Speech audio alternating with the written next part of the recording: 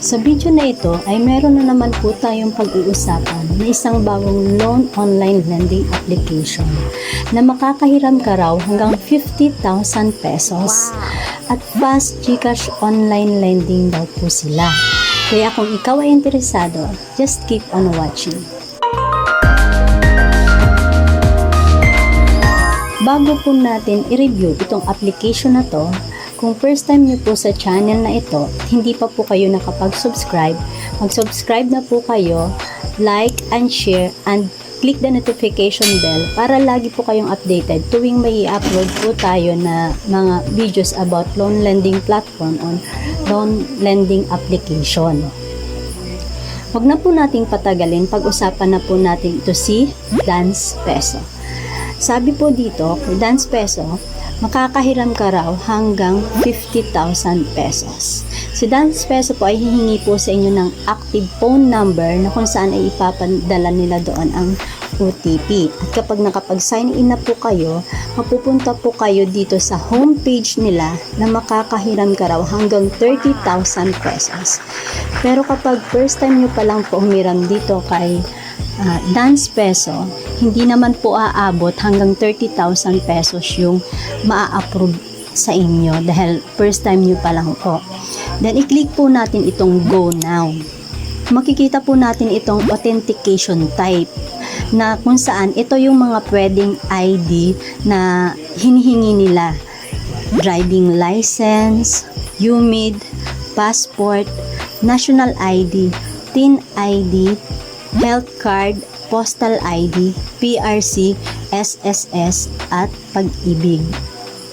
Then, pipicturan nyo na po yung ID ninyo. Pagkatapos nyo po, picturan yung ID nyo, ay makikita nyo po itong personal information. At sa personal information po, andun po yung education, marital state, number of credit cards, email, residential address, loan purpose, address details, and then next. After po natin maklik yung next, makikita po natin ang sunod po ay itong work information. Sa work information po ay company name, company address, company phone number, profession. Siguro po yung hinahanap nila dito ay may trabaho, kaya hinihingi nila yung company name, company address. Pero tingnan po natin kung ano yung mga trabaho na pwede dito sa kanila. Click po natin itong profession. Sa profession po ay pwede daw po dyan sa kanila ay OFW, unemployed. So, pwede rin po palang mag-apply itong unemployed, self-employed or business owner, factory worker, contract employee, BPO worker, housewife, and others. So, kung ikaw ay housewife lang, unemployed, basta may source of income po kayo, ay pwede po kayong mag-apply dito kay Dance Peso.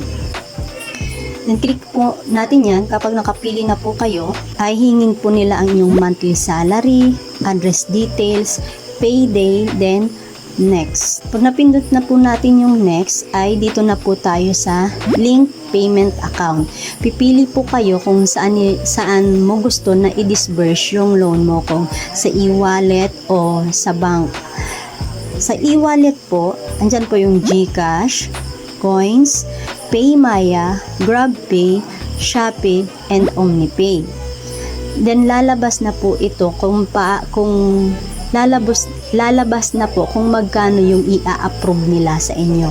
And in my case, ang in-approve po nila ay 2,000 pesos.